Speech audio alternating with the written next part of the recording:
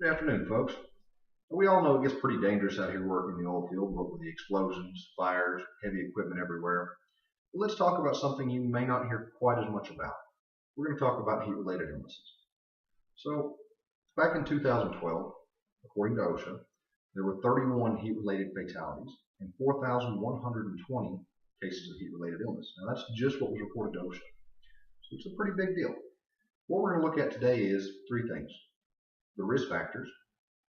We're going to look at the heat index and some of the prevention measures that go along with it, and we're going to look at different cases of heat-related illness. So starting off, let's look at the risk factors. Risk factors are obviously high heat and humidity, direct exposure to sunlight, physical exertion, and heavy, hot clothing. So let's look at what we do every day. We're out there working, so performing physical exertion in the direct sunlight. If you've ever worn FRCs, you know they're hot, heavy clothing. So it's a pretty big deal for us. Again, we need to be looking at these issues, what we can do to prevent them. So let's move into the heat index and the prevention that goes with it. So the heat index is a tool provided by OSHA. They actually take and combine the temperature numbers and humidity numbers and give us one number to base our safety protocols off of. So for the low heat index, that's under 91 degrees. For that, really all we require is just basic heat and safety planning.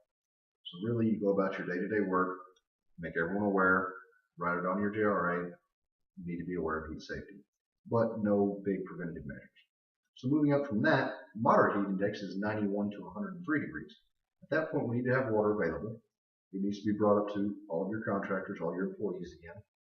During your toolbox talk, bring it up, go over some of the signs and symptoms of heat-related illness, go over some of the first aid, and move on from there. When we look into a high heat index from 103 to 115, again, water has to be available. There needs to be a work-rest schedule. So for us, that's 1 hour of work, 15 minutes of rest in the shade. You need to inform the workers again, go over first aid, and there needs to be somebody on location that knows is certified for first aid around heat-related illnesses. So last, we're going to look at the severe heat index from 115 degrees and higher.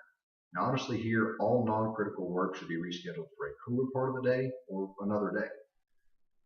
But if you have production or safety critical work that has to go on, all of the factors we talked about earlier, all of the prevention measures we talked about with the other heat indexes should be followed: water, shade, somebody knowledgeable on location, medical services close by.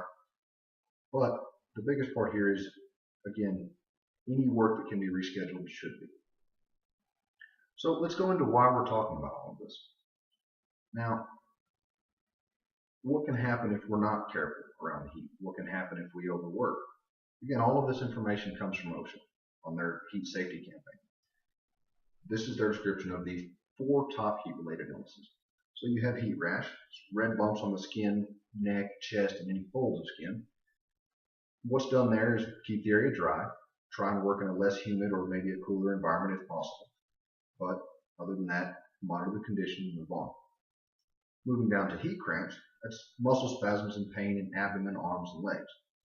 What needs to be done there is a worker should sit down, have some water, relax for a little while, and if possible, stay away from strenuous work for the next 2 to 3 hours. Moving on from that, we have heat exhaustion. So heat exhaustion, the symptoms there are cool, moist skin, heavy sweating, headaches, dizziness, and possibly even nausea. Now what needs to be done there, the worker should sit or lie down, give them water, an ice pack if possible. If the condition doesn't improve within an hour, need to be taken to a clinic. Looking at the last one here is heat stroke. The symptoms of heat stroke are confusion, fainting, seizures, excessive sweating, red, hot, dry skin. And the first thing you want to do here is call 911. Heat stroke is what leads to these fatality numbers OSHA has provided. Heat stroke is the most dangerous thing out there from a heat-related illness perspective. After you've called 911, lie the worker down in the shade, loosen any restrictive clothing, provide water, wet them, fan them, anything you can do to keep their body temperature down.